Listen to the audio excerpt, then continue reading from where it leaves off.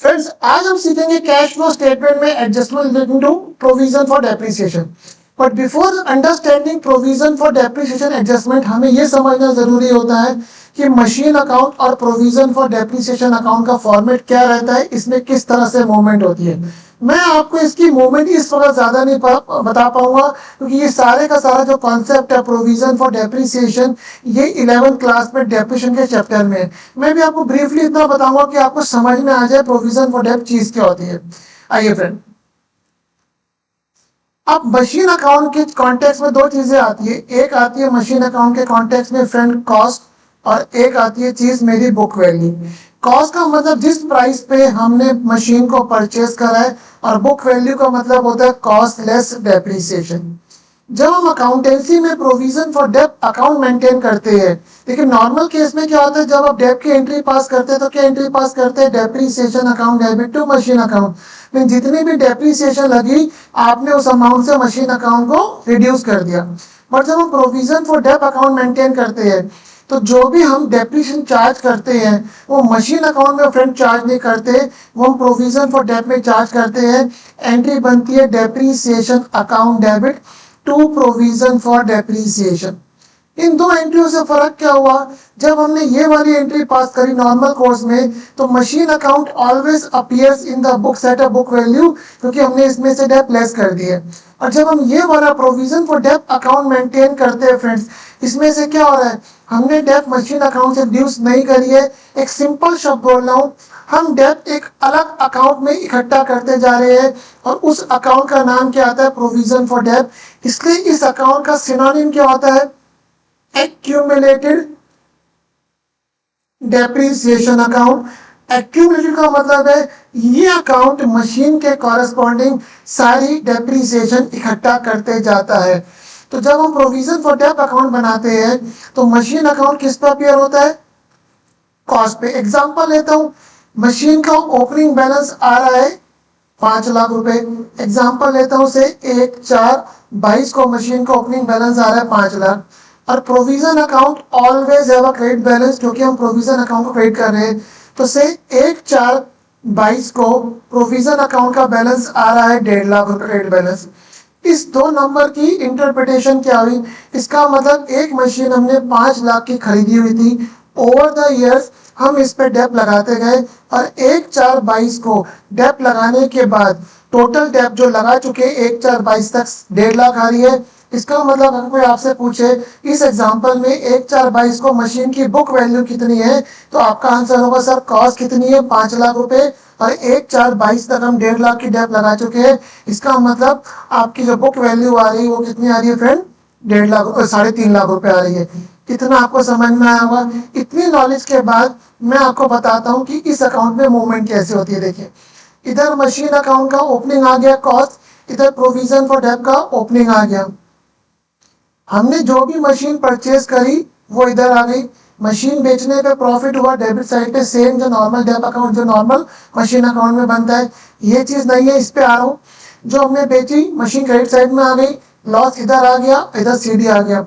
इधर सिर्फ और सिर्फ क्या नहीं आ रहा है, जो हमने डेप्ट चार्ज करी ड्यूरिंग द ईयर। जो डेप्ट हमने ड्यूरिंग द ईयर चार्ज करनी है, वो हम कहाँ पे लेके जाते हैं, प्रोविजन अकाउंट में, क्योंकि प्रोविजन अकाउंट क्या कर रहा है, डेप्ट इकट्ठी कर रहा है।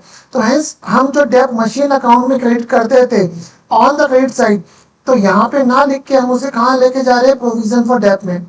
अब एक चीज नहीं आ रही है, अब जब भी हम मशीन बेचेंगे फ्रेंड्स, तो उस मशीन के कॉरेस्पॉन्डिंग जितनी भी पास्ट ईयर की डेप्ट है ऑन सोल्ड मशीन, उसको हम ट्रांसफर कर देंगे प्रोविजन अकाउंट से मशीन अकाउंट में, by passing this entry provision for dep account debit to machine account. इसके पीछे का लॉजिक क्या है, when we are selling the machine, तो हमें मशीन को बुक वैल्यू पे लेके आना है। मशीन अभी कॉस्ट प्राइस पे है, तो जो भी हम मशीन बेच रहे हैं उसके कॉरेस्पॉन्डिंग जितनी भी पास्ट ईयर की डेप्ट है, that we transfer from provision account debit to machine account. और इसके बाद मेरे पास इधर प्रोविजनल क्लोजिंग बैलेंस आ गया, क्रेडिट बैलेंस आ गया। तो ये जो आपको समझना है कि मशीन अकाउंट और प्रोविजन फॉर डेप्ट का फॉर्मेट क्या है, आपको ये समझना है। इसके बाद आप समझ पाएंगे। आइए मैं क्वेश्चन स्टार्ट करता हूं, इससे आपको अंडरस्टैंडिंग और बेटर आएगी। Prepare cash flow statement. Share capital में कोई मूवमेंट नहीं है क्योंकि मैं फाइनेंसिंग एक्टिविटी इन्वॉल्व नहीं कर रहा, मेरा ऑब्जेक्टिव इन्वेस्टिंग समझाना है। प्रॉफिट 2 लाख से 3.5 हो गया। अब आपको क्वेश्चन में इस तरह से डाटा आएगा, मशीन 3 लाख की थी 5 लाख।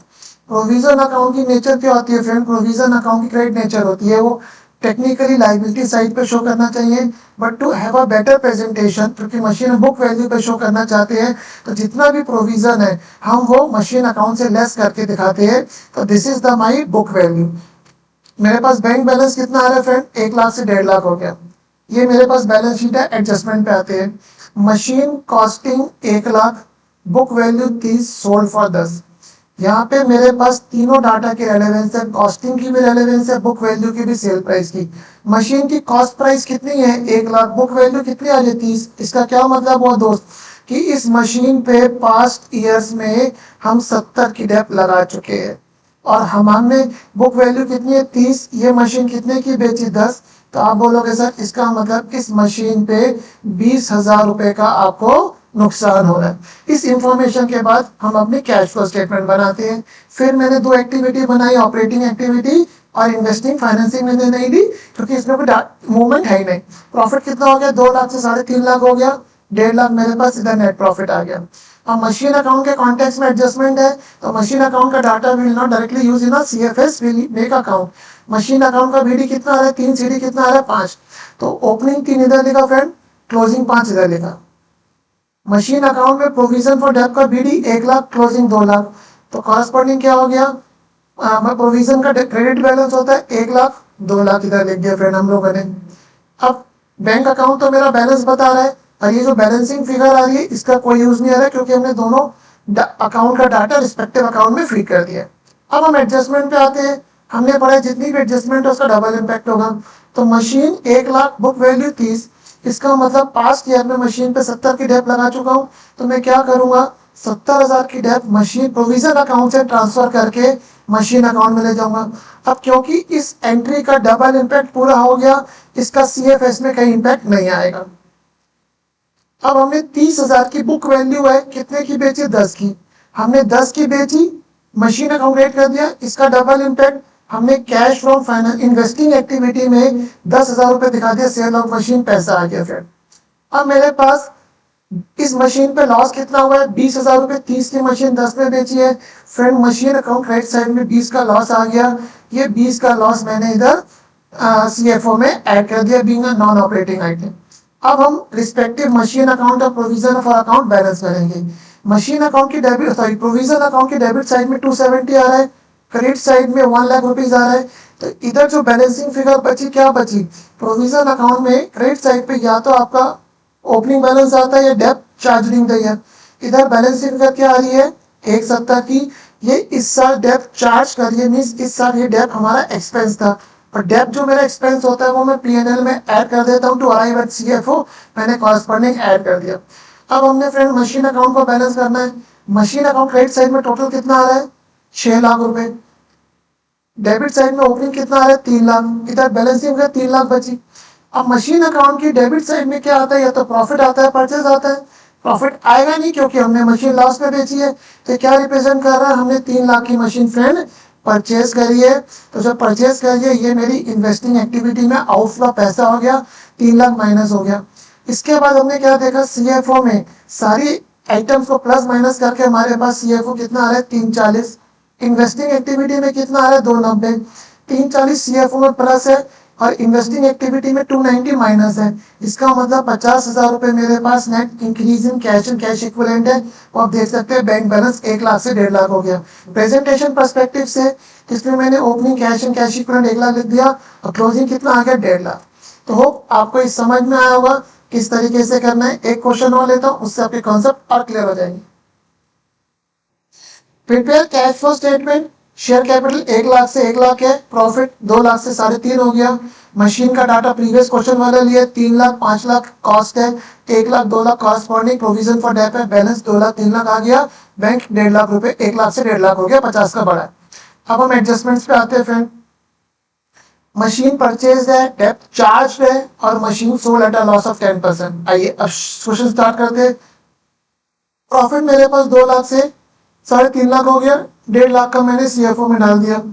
मशीन और प्रोविजन फॉर डेट ये दोनों डाटा हम अकाउंट में ले जाएंगे क्योंकि इसकी मेरे पास एडजस्टमेंट है। तो मशीन का ओपनिंग 3 लाख, क्लोजिंग 5 लाख। तो मशीन का ओपनिंग 3 लाख आ गया, क्लोजिंग 5 लाख रुपए आ गया फ्रेंड। इसके बाद प्रोविजन फॉर डेट में 1 लाख 2 लाख रुपए आ रहा है फ्रेंड। तो प्रोविजन अकाउंट में इधर 1 लाख रुपए आ गया और इधर 2 लाख रुपए आ गया। ओपनिंग बैलेंस और क्लोजिंग बैलेंस आ गया फ्रेंड। बैंक 50 का मेरा बड़ा ही आंसर आना चाहिए। Now the major thing is adjustment. Machine purchase 3 lakh रुपए। तो ये मशीन परचेज हम मशीन अकाउंट में 3 लाख रुपए ले गए, ये सिंगल इम्पैक्ट हो गया। इसका डबल इम्पैक्ट हमने क्या करा, इन्वेस्टिंग एक्टिविटी में 3 लाख रुपए हमने माइनस कर दिए फ्रेंड। डेब्ट चार्ज ड्यूरिंग द ईयर 22-23 में 1-30। इस हम कैश फ्लो स्टेटमेंट कौन से साल की बना रहे हैं, 22-23 की।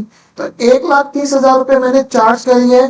तो ये 1,30,000 प्रोविजन अकाउंट की क्रेडिट साइड में आ गया। इसका फ्रेंड डबल इम्पैक्ट क्या हुआ, ये डेप्रिसिएशन मैंने सीएफओ में ऐड कर दी 1,30,000 रुपए। Machine sold at a loss of 10% of book value. अब मेरे पास यहाँ पे फ्रेंड ना बुक वैल्यू है ना लॉस है, यही एक टिपिकल पॉइंट है, मैं समझाता हूँ आपको। आइए, अब मशीन अकाउंट में सॉरी प्रोविजन फॉर डेब्ट में फॉर्मेट क्या आता है, ओपनिंग डेब्ट चार्ज। इसका मतलब प्रोविजन फॉर अकाउंट में मेरे पास क्लोजिंग बैलेंस कितना आना चाहिए, 2,30, बट क्लोजिंग बैलेंस कितना आ रहा है, 2 लाख। व्हाट इट मीन्स कि इसका मतलब इस साल हमने कोई जो मशीन बेची है उसकी पास्ट ईयर की डेप्रिसिएशन कितनी है, 30,000। क्योंकि प्रोविजन अकाउंट में डेबिट साइड में जो बैलेंस आ रहा है अपार्ट फ्रॉम क्लोजिंग बैलेंस, वो यही रिप्रेजेंट कर रहा है कि जो मशीन हमने बेची है वो उस पे पास्ट ईयर की डेप कितनी है। ये नंबर हमने एक तरफ लिख लिया। अब हम यहाँ पे आते हैं मशीन अकाउंट में। हमारे पास ओपनिंग बैलेंस 3 लाख था, ये मेरे कॉस्ट पे बन रहा है। 3 लाख की मशीन और परचेज करी तो मेरे पास कितना हो गया, 6 लाख। अब हम लोगों के पास क्लोजिंग बैलेंस फ्रेंड कितना आ रहा है, 5 लाख रुपए। इसका मतलब इस साल मैंने एक मशीन बेची है जिसकी कॉस्ट कितनी है फ्रेंड, 1 लाख। और प्रोविजन और डेब्ट से बैलेंसिंग नंबर निकल के आया 30,000 रुपए। इसका मतलब इस पे पास्ट ईयर में मैं 30,30,000 की डेब्ट लगा चुका हूँ। इसका मतलब ये जो मशीन है इसकी बुक वैल्यू कितनी आ रही है, 70।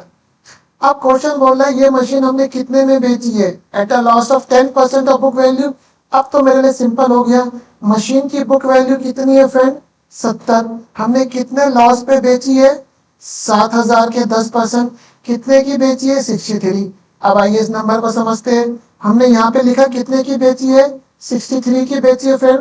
तो मैं 63 की मशीन अकाउंट में क्रेडिट कर दिया और इन्वेस्टिंग में मैंने 63 प्लस कर दिया क्योंकि पैसा आया है। लॉस 7,000 हुआ है, मशीन अकाउंट क्रेडिट कर दिया है और सीएफओ में लॉस ऐड कर दिया, बीइंग नॉन ऑपरेटिंग आइटम। इसको करने के बाद हम देख रहे हैं मशीन अकाउंट और प्रोविजन फॉर डेब्ट मेरा मैच हो रहा है। तो सीएफओ में फ्रेंड कितना बैलेंस आ रहा है, 150, 31, 280, 280 और 60, 287। इधर 3 लाख में से 63 माइनस करें तो नेट में 237 मेरे पास माइनस इम्पैक्ट हो गया। इन्वेस्टिंग एक्टिविटी में 237 का आउटफ्लो हो गया। नेट में 287 सीएफओ में प्लस हुआ है, इन्वेस्टिंग में 237 माइनस हुआ है। तो 50,000 रुपए मेरे पास यहाँ पे नेट में इंक्रीज हुआ। कैश एंड कैश इक्विवेलेंट वो मैं आपको बता रहा हूँ, यहाँ पे भी दिख रहा है। तो प्रेजेंटेशन पर्सपेक्टिव से इसमें opening cash and cash equivalent add कर दिया which is equal to closing cash and cash equivalent. Friend वो आपको समझ में आया होगा। मैं थोड़ा सा स्पीड से इसलिए बोलता हूँ सो दैट वीडियो आपको इंटरेस्टिंग लगे, बोरिंग सा ना लगे। आपको कोई भी डाउट हो मेरे नीचे वीडियो पे व्हाट्सएप नंबर आ रहा है, you can directly SMS WhatsApp me. और होप आपको क्वेश्चन अच्छे कॉन्सेप्ट समझ में आया होगा। Again sincere request, please do subscribe my channel. Thank you.